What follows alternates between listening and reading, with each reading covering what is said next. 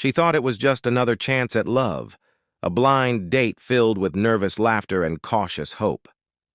But before the evening could even begin, whispers turned to cruel jokes, and mocking eyes followed her every move. To them, she was nothing more than someone to ridicule, someone who didn't belong. What none of them realized was that this moment of humiliation would unravel into something far greater, something no one at that table was prepared for. Because sometimes, the very person they try to tear down becomes the one who changes everything.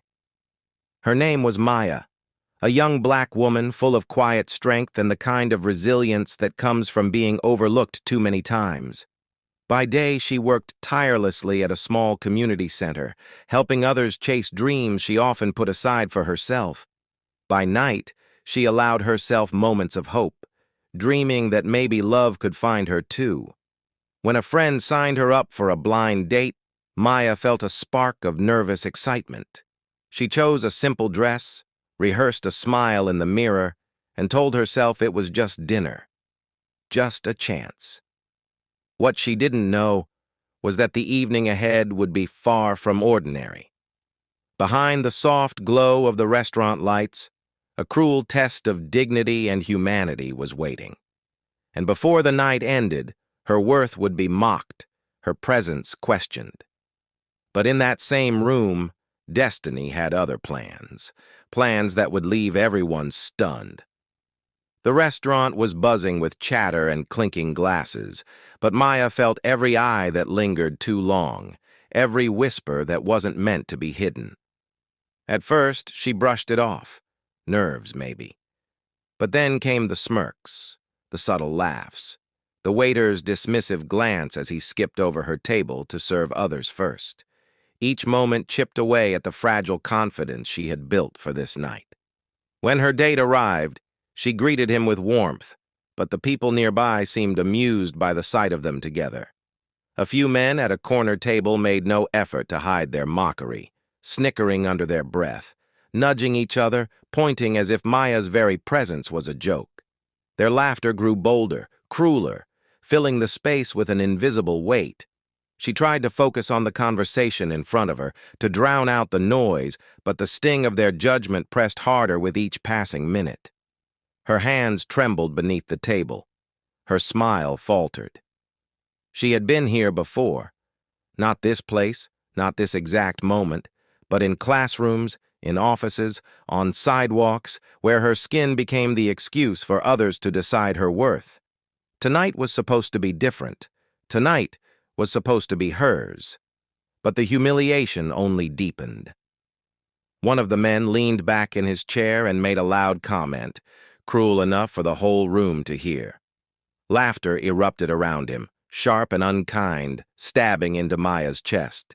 She looked down, wishing she could vanish. The waiter returned, this time addressing her date directly, ignoring her altogether as though she wasn't even at the table. The room grew hotter.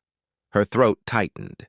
She could feel herself breaking, yet she refused to let tears fall.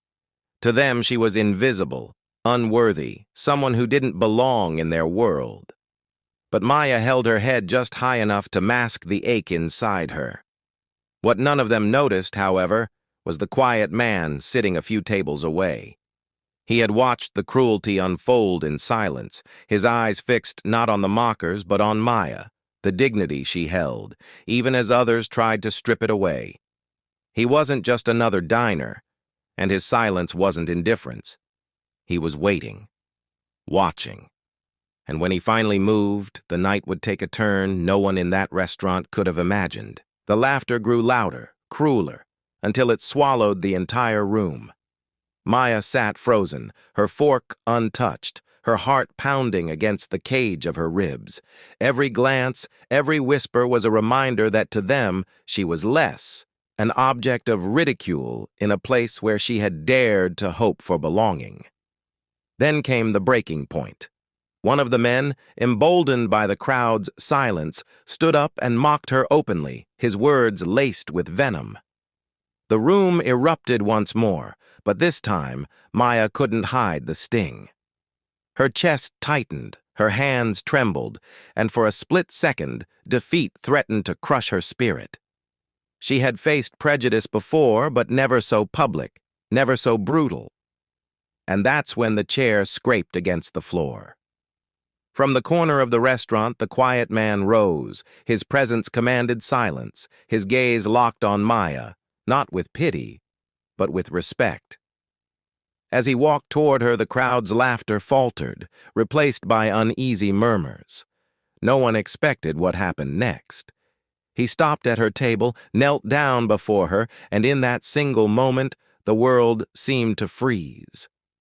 The man who had watched in silence revealed himself as a CEO, a leader, a single father who understood struggle in ways money could never erase.